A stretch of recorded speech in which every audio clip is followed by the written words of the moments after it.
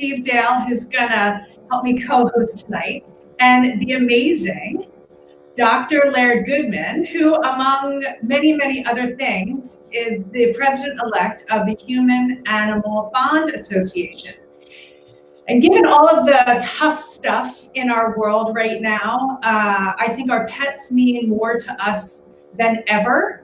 And that connection that we're feeling to them is something that we are really benefiting from right now. And I wanted to talk more about that, and who better than the president-elect. So thank you so much for coming on tonight. I really appreciate it.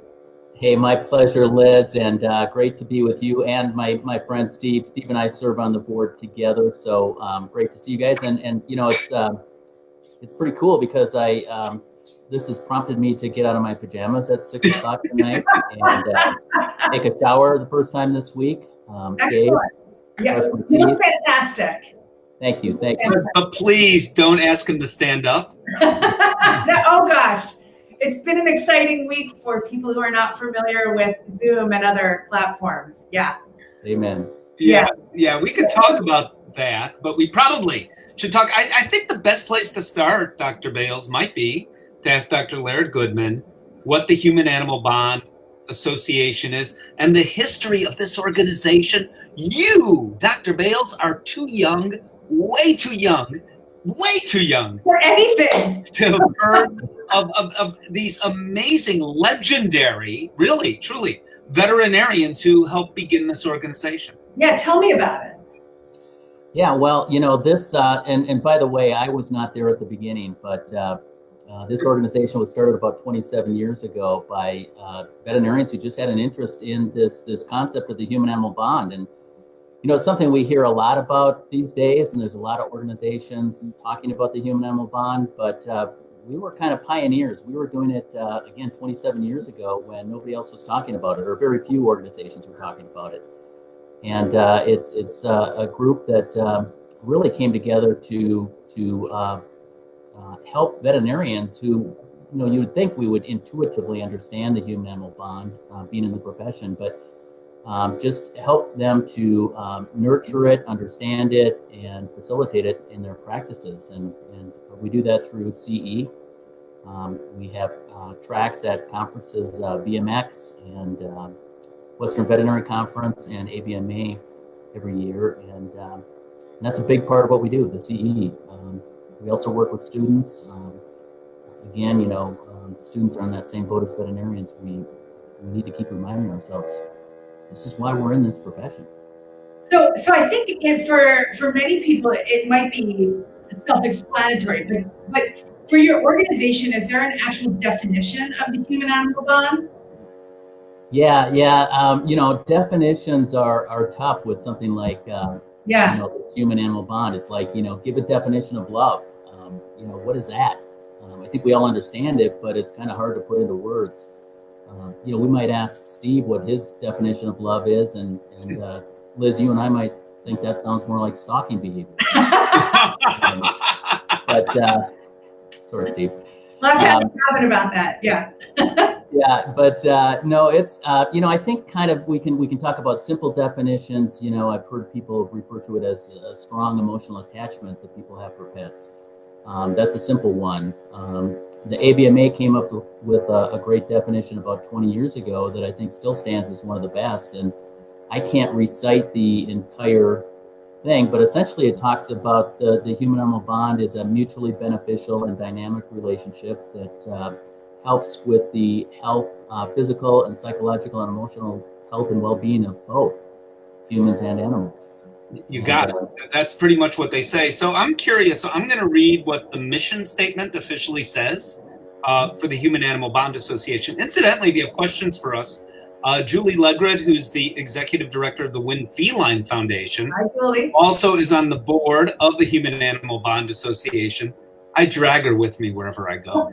She's amazing, and she, I see, is here. But friends, if you have questions, and questions pertaining maybe to spending all this time with your pets, before I read, and we have a board member that shared a similar meme, so you probably heard that, Dr. Goodman. Here's what I'm talking about, and comment on this kind of thing if you'd like, and then I'll read the official explanation of what the Human Animal Bond Association mission is. So these memes are all going around about us social distancing, right? So imagine three dogs and a cat in a room. And the dogs are saying in one dog is saying, wow, COVID-19 isn't so bad if this means my people get to spend all this time with me. Another dog is saying, this is the best week or weeks of my life. I love this so much. And then the little bubble over the cat says, no one consulted me about this idea.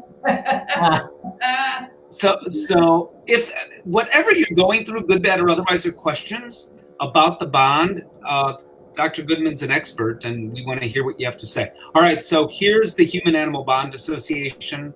The Human Animal Bond is mutually beneficial and a dynamic relationship between people and other animals that is influenced by behaviors that are essential to the health and well-being of both. This includes, but is not limited to, emotional, psychological, physical interactions with people, other animals, and the environment. The veterinarian's role in the human-animal bond is to maximize the potential of this relationship between people and animals. And a question for actually both of you. If the human-animal bond didn't exist, I suspect that neither of you would be talking to one another right now. Very true for me. Very true for me. And I think that veterinarians are really different, Dr. Goodman. I want to hear a little bit about your professional journey, but I think veterinarians get into this profession for a lot of different reasons. Almost all of them start with a deep love for animals. I also happen to really love people, and I love communication, and interspecies communication is my most favorite thing ever, which really attracts me to your organization. But I don't know that all veterinarians necessarily feel as comfortable with humans, really, and human communication, because at the end of the day, what we really are is scientists who are practitioners of medicine. And so I think in a way that the human element of our communication is sometimes our weakest, which can be misinterpreted as a lot of different things. But that's kind of a whole nother show. But how did you get into veterinary medicine and then end up being in this organization?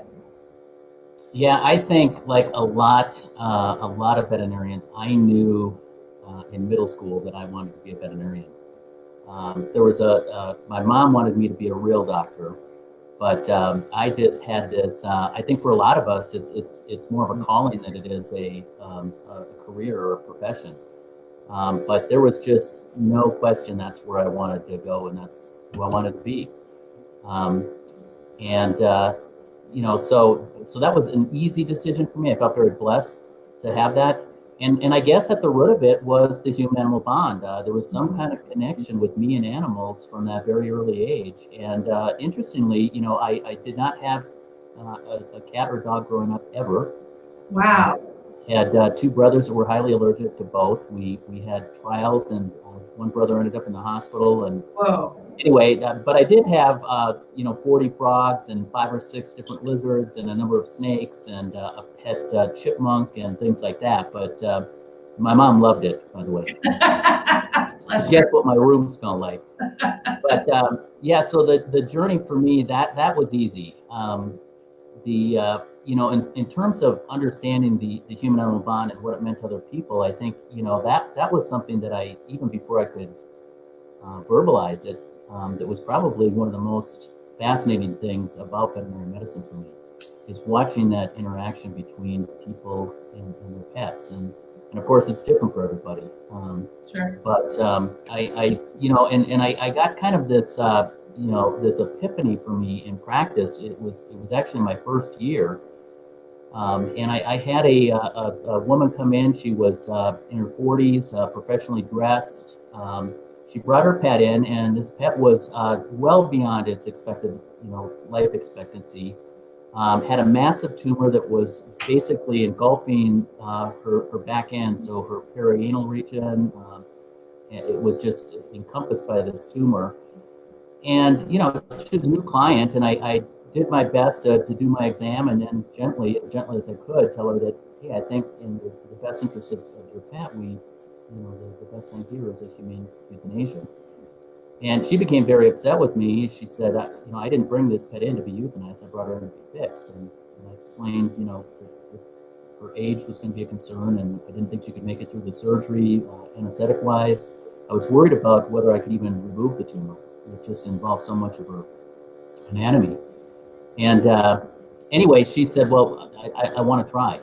This pet means everything to me, and if she dies under anesthetic, so be it, but at least I'll know that we tried. So we went ahead and performed the surgery, and somehow, I think miraculously, she survived. Wow. And that's not a statement about my surgical skills. I just was kind of surprised that she made it. But after that, I got a letter from her, and to this day, it's one of the nicest letters I've ever received from a client. It was handwritten on college-ruled paper, and the first paragraph was thanking me profusely for saving her beloved pet's life. The next 3 paragraphs went into great detail about her life and what that pet meant to her. She shared with me that she suffered from lifelong depression, but in the last 5 years it had been particularly bad, and so bad that she had contemplated suicide. Part of that was due to loss of a job, a bitter divorce, but she said the only thing that kept her alive was this pet. And afterwards, probably about 6 months later, I got another card from her saying, hey, I just wanted to let you know that she passed away peacefully in her sleep, but I can't tell you how much it meant to have that extra 6 months with her. Thank you so much. Wow. And that's Liz, I'm sure you had similar situations with clients and understanding that. But as a new vet, I was my first year in practice. That just overwhelmed me from a standpoint of the story in and by itself. But what really kind of struck me hard and just cemented this healing power of pets and how important it is in our clients' lives. The pet that I'm talking about was a pet rat. Wow. So yeah, that was an epiphany for me. Yeah. I mean, I think it is an incredible honor to be a healer, and a healer for pets. It has so much to do with caring for the person. And I in this job, you just see amazing things all the time.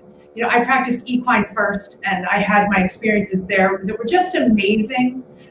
As you're saying with the rat, and then in small animals, so many stories of people who the pet is everything to them, and in addition to it was their child's pet and the child passed away, and there's so many different emotions that we establish with our pets, and then when there's a problem it's not just a medical problem. There's a lot of sensitivity that you have to bring to that moment. So tell me about, like, when you're giving continuing ed about the human animal bond, how do you teach that? Like, what would even be some of the course names?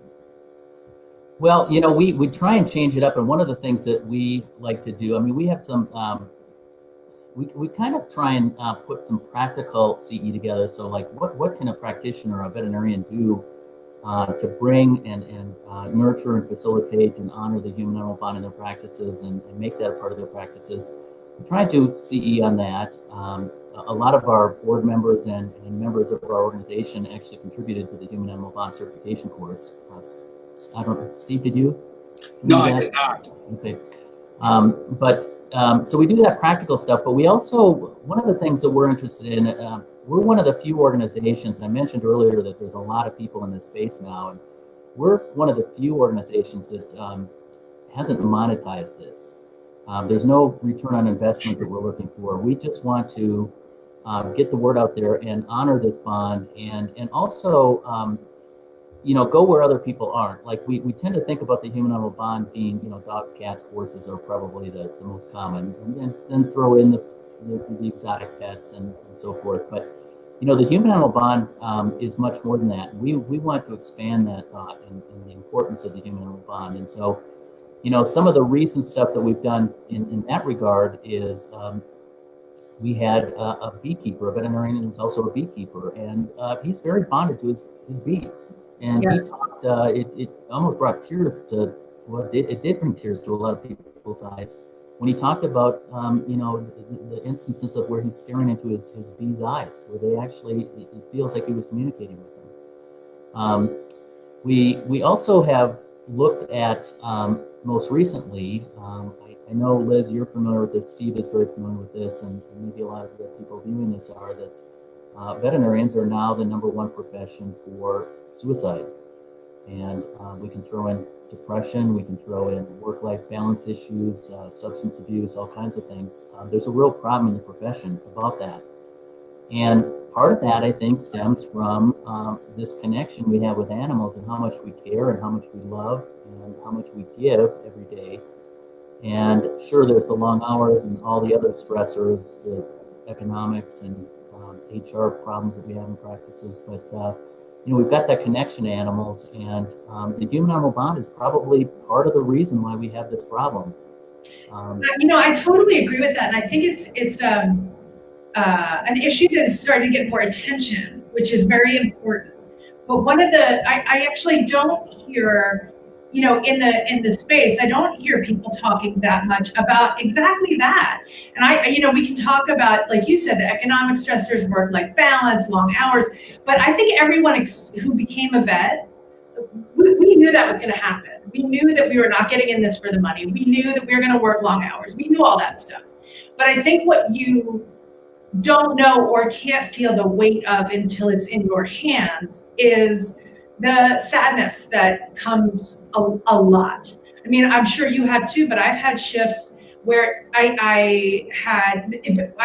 never would do a convenience euthanasia. I worked at a practice that really honored my judgment of what was and was not necessary. But in one 8-hour shift, 5 necessary euthanasias. Yeah.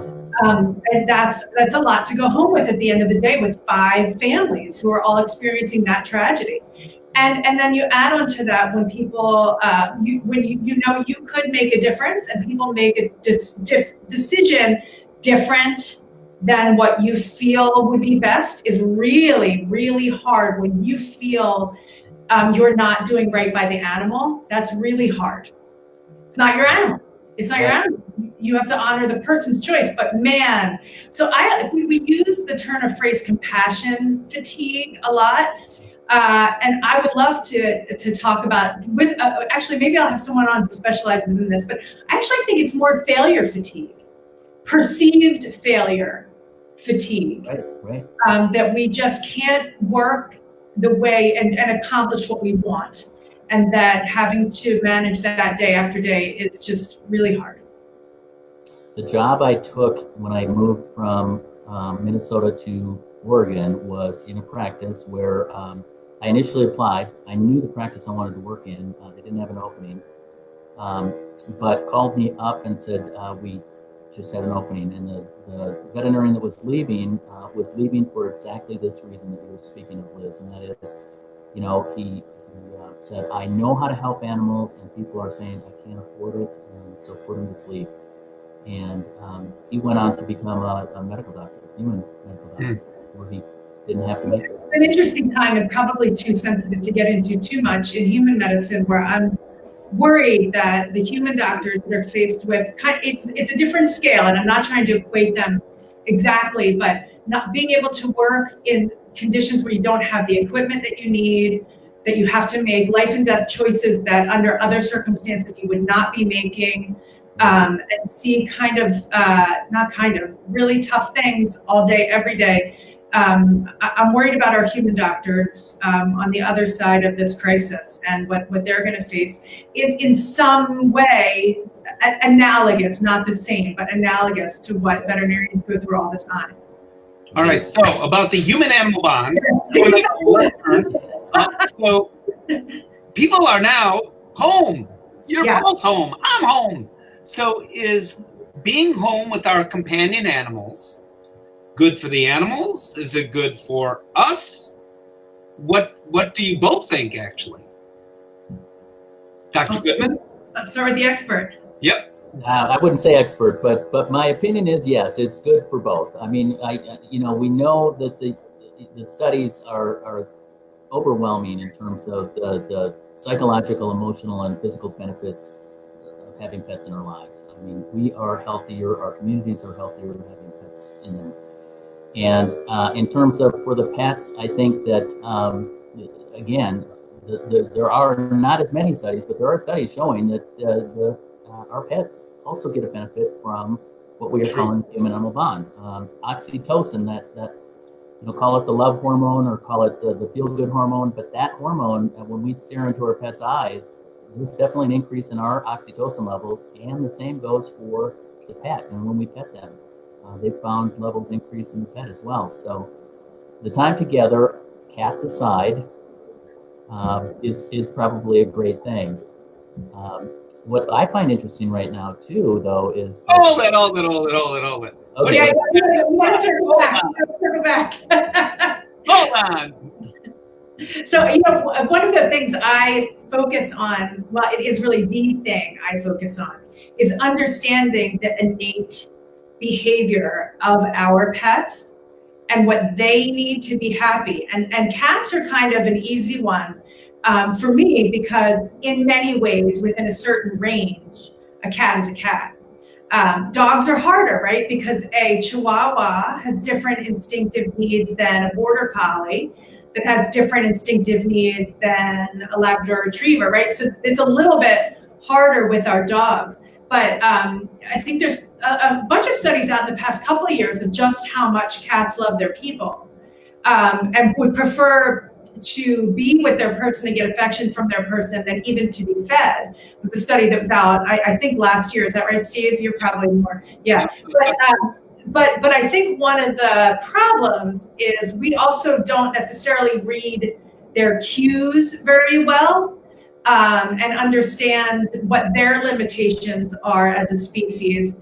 And that's something that we've talked about a little bit in the past couple of weeks, but I'm going to bring up again tonight, making sure that, particularly if you have young children at home or roughhousing teenagers, or an environment where when you're out during the day and you're doing your job, your pet usually has some downtime, making sure that if they want some downtime and want to get a little peace and quiet, that there's a special spot that they can go where everyone in the house agrees. If they're there, we're gonna leave them be. We're not gonna drag them out to be with us. So Stephanie says, I need your help here to explain this. Outdoor pets are awesome. I disagree. If you mean like a feral cat colony or a goat cat, what are you suggesting? What did you say, Liz? A goat? A goat, yeah. A few goats sleep in our beds with us. Yeah, I don't know a whole lot of indoor goats. But I did see Arnold Schwarzenegger with some indoor donkeys in the past few weeks, which was fascinating. Say that again. Yeah, I can send you the video. I'll post it below. Arnold Schwarzenegger had 2 miniature donkeys in his kitchen. Oh my and he's God. lifting them up as a weightlifting. This is of loveliness, yeah. So we're spending, Dr. Goodman, all this time with our companion animals. So a couple of questions about that. So we live in a world, in America anyway, where the number is 50%. Half of our dogs are overweight or obese. So there's a meme where a person comes out with a leash and the little bubble over the dog, now hiding under the table, is please not another walk. So maybe we are actually going on more walks with our dogs. Good for us, but as important, good for dogs. Absolutely. And, I worry about this though, Steve. I often, I'm using myself as an example, but like I worry about this social isolation. I look at the amount of ice cream I've consumed in the last couple of weeks, the amount of beer. I'm not worried about running out of toilet paper, but I am worried about running out of beer. If I didn't have a dog, the dog kind of necessitates. I mean, they demand that we get them out. So that's a good thing. But it's also, people might, and I think wrongly so, hey, I'm not supposed to go out, so I don't want to take my dog out. And other than I understand there's a few municipalities that are saying, you can only go out with a leashed pet, and they want you to go out. Of course, you need to go out. But I think as long as we keep the social distancing, walk around, I think it's a very good thing for both us and for pets or dogs to get them out. And outside pets are great. I agree. Well, what she means isn't outside pets. So she writes back that apparently I said Gerald and not feral. I know what feral cats are, or more politically correct, community cats, actually. But she has a very good point, Stephanie does, which is something that the Human-Animal Bond Association has begun to focus on. So she's talking about the groundhogs, the squirrels, where I live, the pigeons, city rats. More city rats, by the way, and there's a reason for that, having to do with COVID-19 that I can actually explain. But whatever the animals are outside, whether it's really cool wildlife, maybe where you live, Dr. Goodman, or where you live, Dr. Bales, pigeons, but whatever that is, whatever that animal is,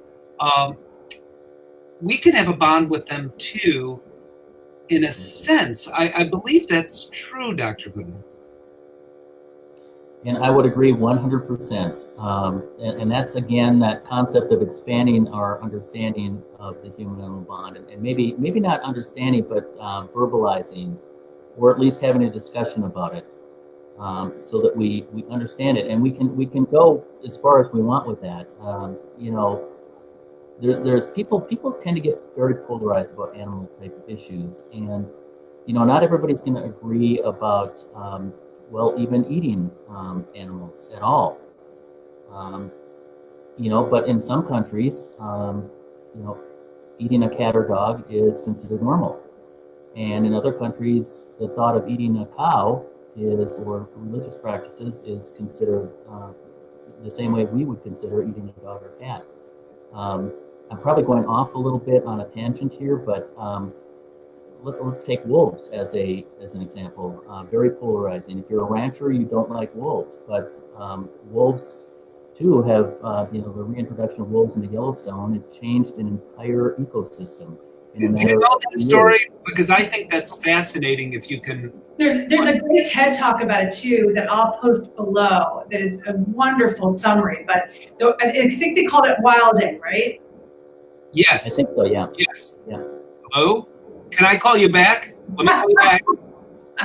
Okay, bye. That was my mom. Oh, Hi, Mom. Hi, Mom. Yeah. Sorry. Well, I got a call from my sister-in-law while we were talking, and I have to tell you, you talk about what's going on with COVID-19 right now. She lives alone, and she does not have any pets. And she called about a week ago and said she lives in the same town we're sequestering in right now, and asked if she could borrow one of our cats. Yes, you heard me right. Borrow one of our cats because she wanted some companionship. Okay, so I've got a question for both of you. Adoptions are up. Fosters are way up throughout most, not everywhere, but most of the country. That's great for shelters and rescues. Yeah. My question is, so part of the answer is, I'm sure, that the rescues and shelters promoted this idea, and we feel good doing it. Dr. Goodman, and also Dr. Bales, is it more than that? Is there something that we inherently know, we're stressed right now, that this is actually good for us in some way we don't even think about? It's innate almost, that we want these animals right now. Or am I off my rocker? Is this possible? And this isn't even a rocker. Yes, you are off your rocker, but that's another point. Okay. Liz, go ahead. Why don't you? Well, I think it might even be more multidimensional, because I think a big part of it is our lifestyle. And a lot of people would love to have a dog or cat, but feel that they're not a good parent because they would have to be at work 10 or 12 hours a day or more, and not there to, acclimate the pet when they first get there, and then provide the appropriate walks and relationships. And really, in many ways, they're right. And so this time, when people know they're going to be home for extended periods of time, as far as we can see, it's really a wonderful time to bring the pet into the home and really be able to bond with it. It's something that Steve, you and I talked about earlier. It's going to be challenging when life goes back to, I'm not going to say normal because I'm not sure about that, but something different than this, how we acclimate our animals who've gotten very used to us being home to a different schedule. But I think it's more than that, but I think that has a lot to do with it. I think that's a great point, Liz. Yeah. And you know, the studies are out there that having a pet and even the act of petting a pet, but just having one in your life decreases stress. We're in a stressful situation here. Studies out there that show that having a pet decreases anxiety. There's a lot of anxiety out there right now. And if we just think about it, like for most of us, if we have a really bad day at work, a really hard day at work, what's the first thing we do when we come home? And don't say open up a bottle of wine. For most of us, beer. For most of us, you know, it's reach down and pet our pet, and we pick up our cat or dog or, you know, whatever, and just, you know, we get that kind of feeling. And so, yeah, we're in a stressful, high anxiety time. And so this doesn't surprise me at all that fosters are up and adoptions are up, or that my sister-in-law called and said, can I borrow a cat for a couple weeks? And I want to ask how the cat felt about that. But I will ask you this question. Actually, it's not my question. It's a comment in this Jacqueline. And I've heard this from a lot of people too. She actually has a couple of comments here. So the first one is a concern that some of these pets will be returned to the shelter that have been adopted once, you know, and I think that's a fair question. So the hope is no. I'm sure you guys agree. Well, sure. And I hope that we can use this time. I don't know. I'm trying to remain super optimistic in the face of all this, that this journey through hardship for humanity will teach us more about community, more about kindness, more about our responsibility to our planet, to our animals, and to each other. And that we can, yes, we can use this as sort of a timeout, a very unfortunate and tragic timeout, to reevaluate what's important, and that in addition to, you know, the 12 plus hours of CNN, and I watch every day, that we can educate about pet ownership and give lots of information about how, when you do go back to work, you can facilitate being a good pet parent. And training right now, great time to do training, target training, and communication. And there's so many free resources right now of the most amazing professionals in the world that are giving free materials online. And so that we can improve those relationships and make it less likely to fail, or less likely to make that person dream that it would even be possible to take their pet back to the shelter. I think, you know, I'm talking more than I expected to, I'm sorry. But I think it's really the broken human-animal bond that sends pets back to shelters. I think that it's the number one reason. I mean, you can attribute it to a particular behavior or I moved, but a person who is bonded to their pet doesn't move to a place where they can't take their pet. Or if they absolutely have to, they find a trusted home. It would be like surrendering your child. I mean, it's the broken bond that's the problem. Do you agree? Absolutely.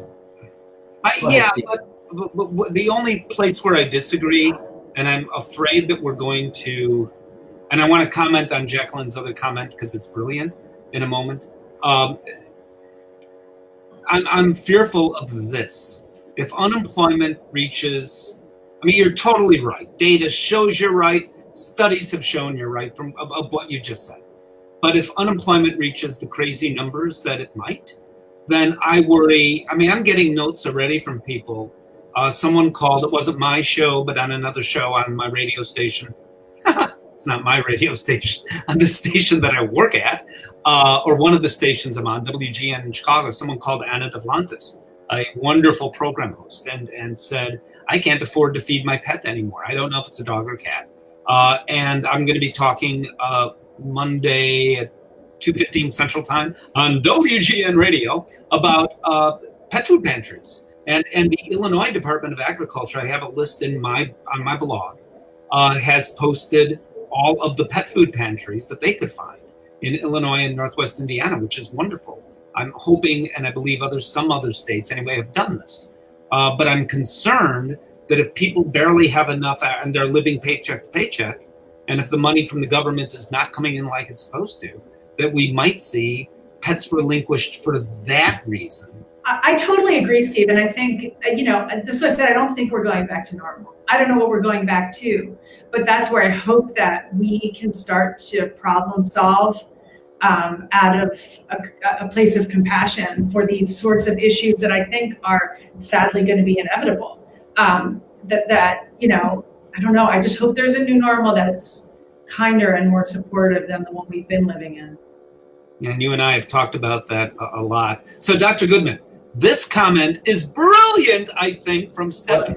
Hang on, before you move on to Stephanie's comment, I just want to say that I would hope that I'm also an optimist like Liz is, but I would hope that people that are fostering pets aren't going to then return them. They're gonna see and understand just how amazing it is to have a pet and how amazing it is to have this unconditional love and this companionship.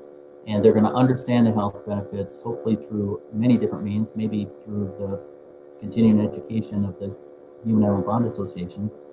And so that's going to be a good thing. I also look at history.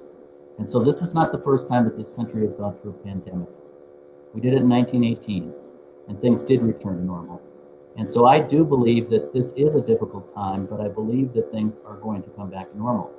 We're going to come back to a time when we're waiting 2 hours at our favorite restaurant for a seat, where we're going to be appreciating our jobs, because the jobs are going to come back.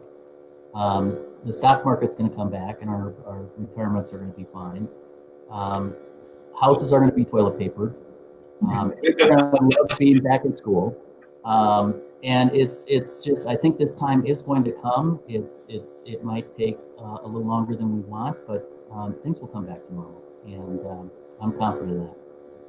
Yeah, to that, so I have 2 aunts who are well into their 90s. I won't say their exact age. I doubt they're watching, but they're well into their 90s. And they're fairly good health. One aunt said, I've never been through anything like this. And she's bored. She's used to going out. And she said, I can't take this anymore.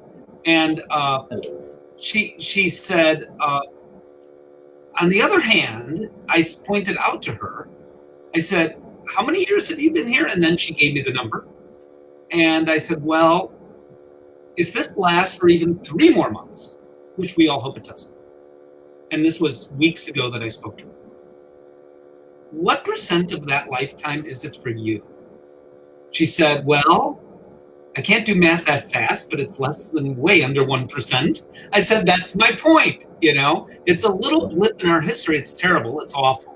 And there are some people, including some veterinary professionals, I don't know that Dr. Goodman, I lost a friend, a veterinarian, to COVID. So I heard of a veterinary nurse today, Dr. DePorter, a behaviorist in Detroit, told me about one of her nurses, so it's happening in every profession. So we're spending all this time with our dogs. I'm going back to Stephanie's great question or comment, and she's right. And we ought to have that conversation with the behaviorist if you want to do it, Dr. Bales, because I think we're going to see more separation anxiety in dogs when all of this is done. And your advice, Stephanie, is something I tried today, actually, for a minute. So the thing is that we're here with our dogs all the time. They're loving it. When we go out, we're now taking our dogs for a walk. So dogs that were predisposed to separation anxiety previously had it a bit. This is my opinion. Tell me what you both think. Dogs who previously had it and their family was dealing with it in one way or another, hopefully with some success. Those dogs that are from shelters, the adopted dogs or foster dogs, I know there's a lot of data on this that goes both ways, but they may be predisposed to separation distress. And dogs and cats and people like structure, same every day. And now eventually we're gone. We're back at work, away, and it will be different. So for those dogs that are so married to structure, they will be impacted too. I think those are the three buckets. There may be more than that. So I love the idea of doing things, and I'll be talking on Dog TV about it. Check my Facebook fan page. I think it's this Tuesday, I'm not sure, about this very issue.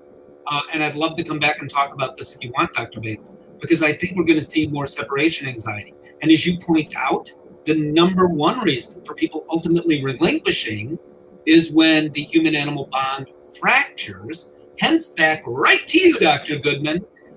Does this at all resonate, not only what I'm saying, but what Stephanie is saying? Absolutely. You know, the behavior issues are the number one problem with relinquishment, euthanasia, call it, because of all the animals that are euthanized every year. That is the ultimate fraction of the human-animal bond, is when the animal is given up. People are giving up on that relationship. And there's all kinds of things associated with that. Obviously, the worst is the fact that what the animal has to go through. The owner also has to, they feel guilty because most of the pets, people, when we ask, what do you think of your pet? What's the human-animal bond mean to you? They talk about the pet as like a child to them. And so, for any parent out there, think about what it would be like to give up a child or to give up a pet. So this is huge, and this is a great time, as I think Liz alluded to this is a great time to be working on behavior problems. You've got all the time in the world, and if we talk about any behavior problem in pets, any behavior problem, with the exception of maybe severe aggression, they can all be worked on. It just takes time. A lot of people don't want to give the time. It's a lot of work, but they can be taken care of, and now is a great time to be addressing those. And I think you're absolutely right that there's techniques that, and her idea of maybe creating your dog while you're home a little bit now is not a bad idea. But Steve, you're certified in behavior, right? Yes, you know. And I also have been talking with Dr. Amy Pike, who's a veterinary behaviorist, and Tabitha Kucera, who's a technician behaviorist. And I think that those conversations need to be had over and over and over during this time to give a lot of ideas, again, not only for training and bonding now, but for troubleshooting when things change. So Jacqueline mentions the canary in the coal mine here is the way I'm going to put it. You were an equine vet. So when things happen, sometimes we see it in the equine world first because things are just more expensive. And horses need more space, and they don't sleep in our beds. So she's saying what we were talking about, sadly, is already happening, that people are giving up their horses. Yeah, and I'm not in the equine world anymore, so I'm not super plugged into that. But it's heartbreaking. It's absolutely heartbreaking that people are having to go through that, and I don't know exactly what that means. Do they just open the stall door? I guess it depends on the region of the country.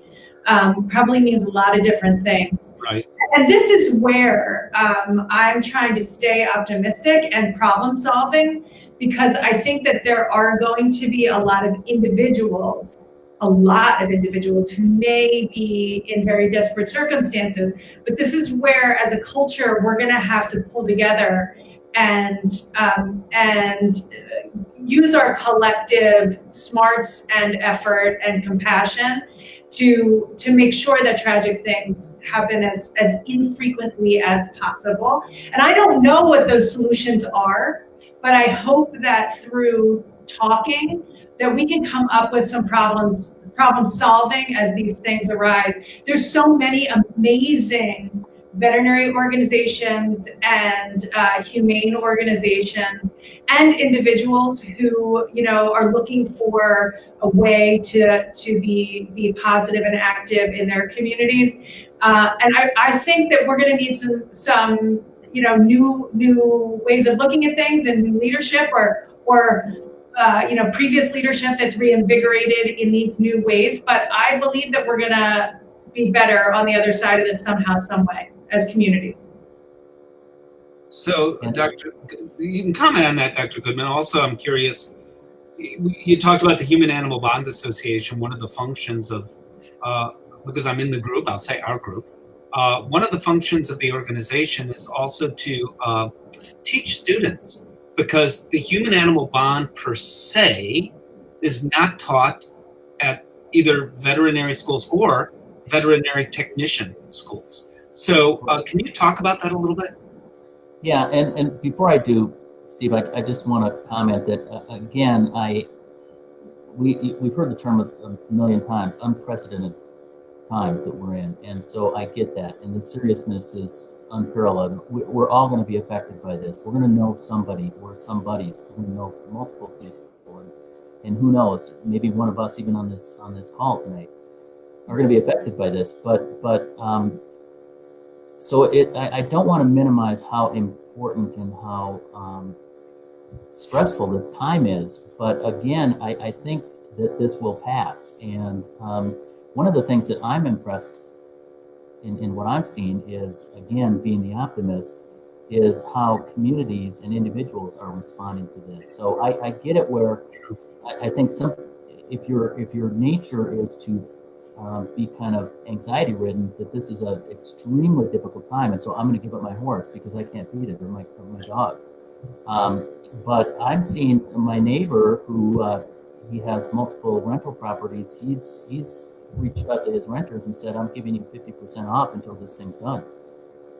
That's just one example, but there's other organizations that are reaching out to help their community. I really love seeing what's happening.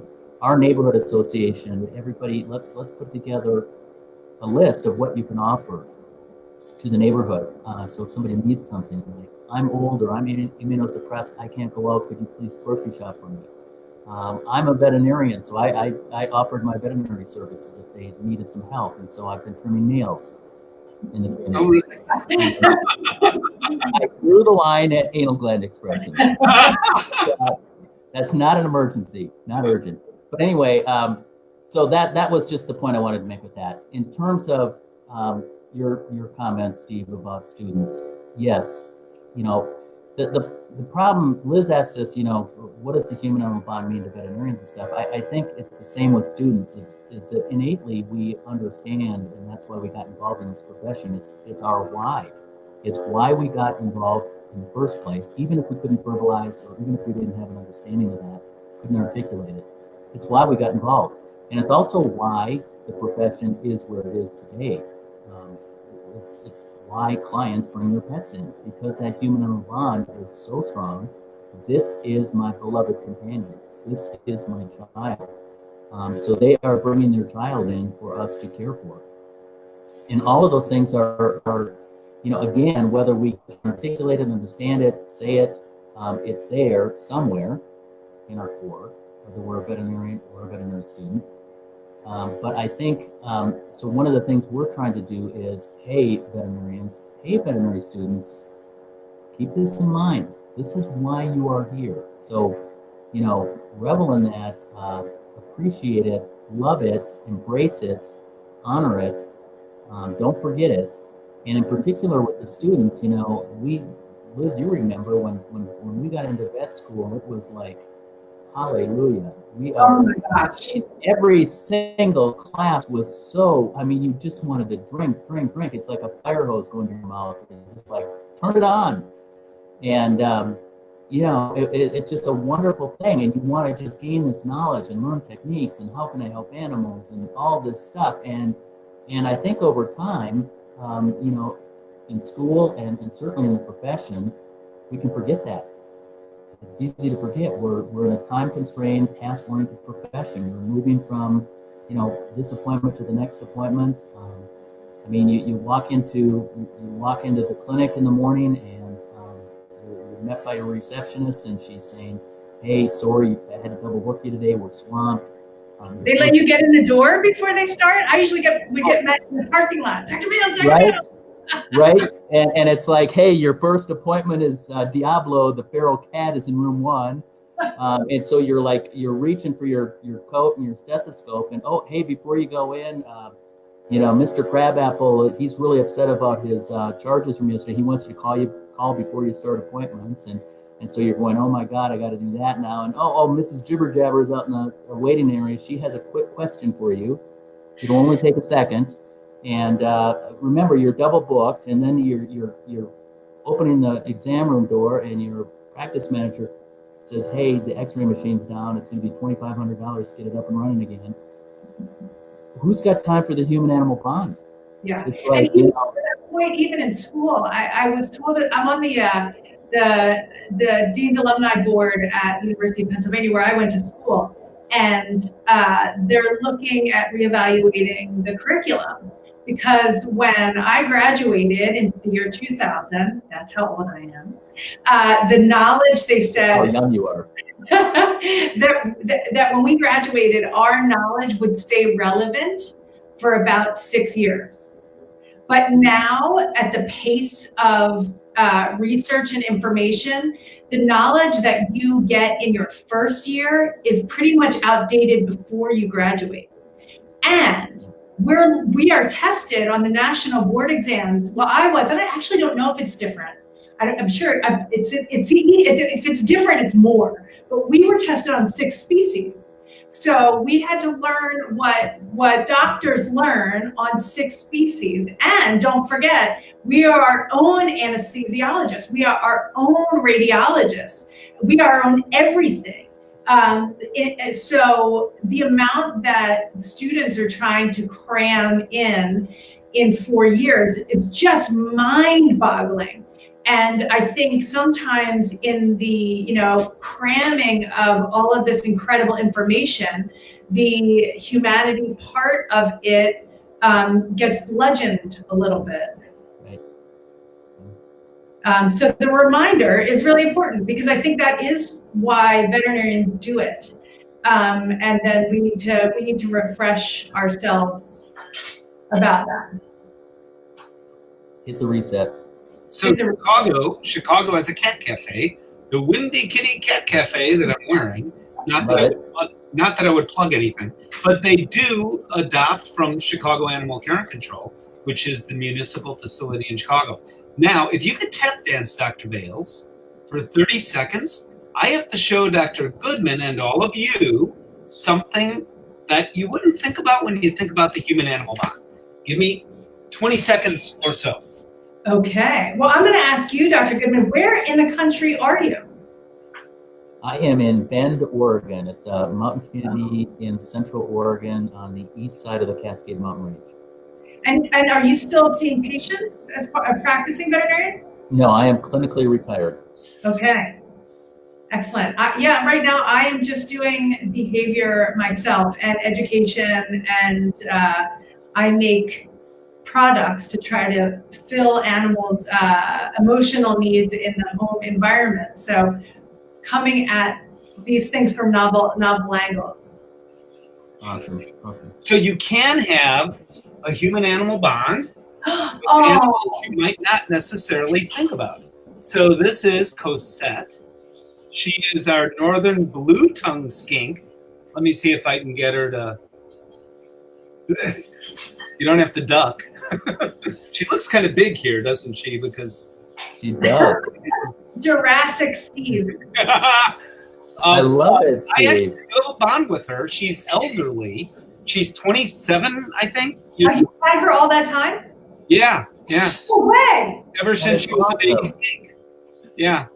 In Wow. fact, a reptile that said that she may be the record as far as the oldest living northern blue-tongued skink. So, And how I know you're into enrichment, and so how do we enrich your environment?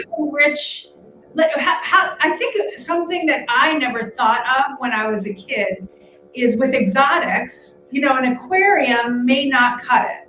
So how do you give her what she needs, and where do you learn if you want to have an exotic pet? Where do you get some good info on what they need, even nutrition? Okay, so that's almost a different conversation. Yeah. To some extent, but I'll answer a bit of that. So I used to take her because she actually seemed to enjoy it. I want to show you her blue tongue. It looks like she just had a Slurpee, always. Because she really does have a... You see it? You have to watch fast. Oh, gosh. Blow on her nose. Really? Yeah. Nice. Oh, he's just telling me that. I just wanted to see if you do it. That will help a dog or a cat to swallow their pill, though. To do what? To blow in their nose. What would it help to? Swallow a pill. Like you put a pill down your throat. Okay. Yeah. So now she's doing it because I put her down and she's walking, but the camera really, there's no way I can have her see that, I don't think. Yeah, we have our technological challenges here. Yeah. So I used to take her to schools. She seemed to like that. It's not that I did it every day. I did it once in a while. I learned if I changed up the environment too much, that wasn't good, actually. So for a dog, that's perfect, but not for a northern blue-tongued skink. And then at some point in time, actually, to tell you the truth, don't tell anyone this, but when I took her to, maybe it was 5 years ago, it's called the Disney Magnet School, because we had a neighbor whose kid went to that school. So I took her kind of a show and tell thing, and I talked about reptiles, and I talked about animals in general for 5 to 10 minutes, or more than that, actually, 30 minutes. And I talked about humane care of animals and everything. She actually peed in my hands. It was the first time she did that. Oh, sure, you laughed. So then I thought, okay, I don't know what stress looks like in a skink, but maybe she's kind of actually stressed, So now I don't take her, so her life is maybe more boring, but she's like 102 for a skink. So I'm thinking, okay, maybe boring is good and consistency is good if you're older. I don't know the answer to that, though. Well, that gets back. I'm sorry, Dr. Goodman, do you have suggestions of where people can go? When I was at Penn, we really had no exotics training at all. So I don't know because I have a thing for skinks. I want you to know. You really? I really do. I really like them a lot, and I like the two-headed skink a lot. But what's that? The two-headed skink? Yes. You're making that up. No, I'm not. There's no such thing. Yes, there is. I need to put her back. There is no such thing as a two-headed I'm skink. going to send you a link later. I'm going to send you. Did you see the tongue? We saw the tongue. Excellent. You got some. Never mind. But do you have a recommendation for where people can get good information on exotics? Yeah, well, that brings up a good question about, just in general about information, going to a reputable source, and whether it's dog, cat, horse, guinea pig, rat, skink. Most communities have veterinarians. Like you said, we did not get any specialized training. If you wanted to develop an interest in exotics, you did the training on your own at CE meetings, at big meetings.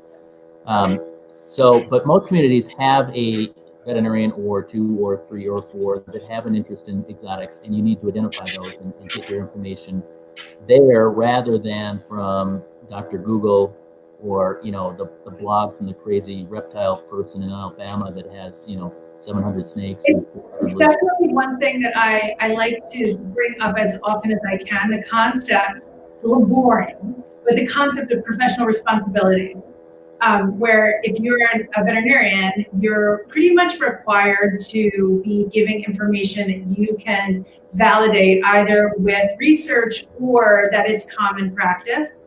And if you are not a veterinarian and you just have an opinion, you can put that out as fact all day long, and there's no real way to monitor that. And it's scary for us as veterinarians.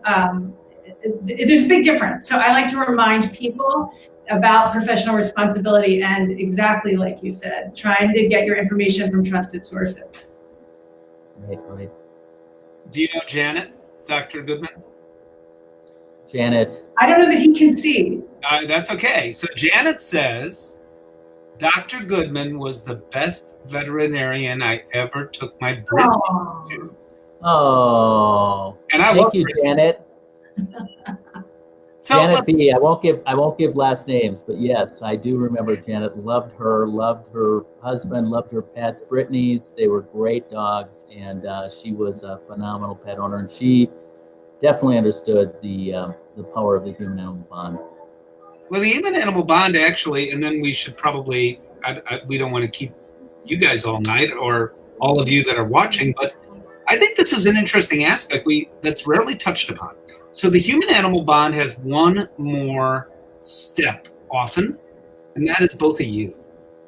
I would argue that your clients, if you're a veterinarian who cares about this, and with practices being now corporately run, some of that is being beaten out at some veterinarians. But I will tell you, I don't think she's watching, but I will do anything my veterinarian tells me to do. And my bond, and I know people, so I can, but my bond is more than with my pet. It's with my veterinarian, which I don't think you see as much of in human medicine. You mentioned the euthanasias and how difficult it is. You probably got flowers and chocolates or something, at least some of those times. My own doctor contacted me a couple of years ago when he lost his dog. And he said, I don't understand it. My wife just sent I don't remember what she sent her veterinarian. And the veterinarian said, thank you very much. And in the process of that conversation said, this happens all the time. My doctor, who was a very good doctor, said, I've been practicing 15 years. It's never happened. Not once. So, and it's something that I think, I actually wrote a piece for Fear Free called An Open Letter to My Clients on Their Hardest Day, that I want people to know that it matters to us. And even with some of the corporatization of veterinary practice, to the technicians, to the receptionists. Technicians, yes. And the receptionists, and the kennel staff, and the veterinarians, that the pets really matter. If you've been bringing your pet to a hospital since you got them, sometimes we don't even remember your name, but we always remember the pet's name. They matter to us, and we remember and carry with us, and so do the technicians, and so do the receptionists. The relationship really matters to us. And in my letter, which maybe I'll post underneath here, I ran into someone in my neighborhood, and they said, you don't remember me, but I was your client. And I said, I remember you. And they said, well, you put our cat to sleep. Because I wasn't going to bring that up. But they said, you put our cat to sleep. And I said, yes, I remember. And then I recounted basically from what they were wearing. They had a very difficult time in their life at the time. And I remembered every single thing about that day. And it's treasured. It's a sacred moment for the pet parent, but also for the veterinary team. It matters. That's why we do this, because we matter. You matter to us, and your pets matter to us. Amen. So on that note, that's like the whole thing there, right? On that note, I'm going to say thank you. I really appreciate. It's so nice to talk to you, Dr. Goodman. It's the first time we've been able to meet. Yeah. So thank you. Pleasure was mine, Liz. And Steve, as always, loved seeing you and that smiling face, and can't wait to go for a run with you. No. Not how you do it. Maybe shortly after the new hip, then I can keep up, right? Yeah, the only way I can keep up is if I'm in an Uber, I'm afraid, with this guy. Human Animal Bond Association is on the web. Check out the Human Animal Bond Association also on social media, including the Facebook page. I will post on my fan page the entirety of this exciting video, probably tomorrow at some point. And Dr. Goodman, I want to also thank you for doing this. My pleasure. Thanks to both of you guys. And Dr. Bales, always, I love you. Thank you so much. Everybody be safe. Everybody out there watching, take extra care, be safe, and keep the faith, and we'll see you on the other side of the mountain. And I think I'll be here tomorrow night. I think it's going forward with Dr. Alona Rodan. Oh, and really? Tell her I love her. Also, Dr. Sarah Heath. Oh, tell her I love her. I will. We have to tune in and send us a note about cat behavior at this time. So they're the best. The best. They literally wrote the books and founded the organization. The best. And also the most entertaining and delightful and wonderful. So I get to have fun every night. Look at me. Thank you, guys. Good night very much. Thank you. Bye-bye. Thank you, guys. Bye-bye.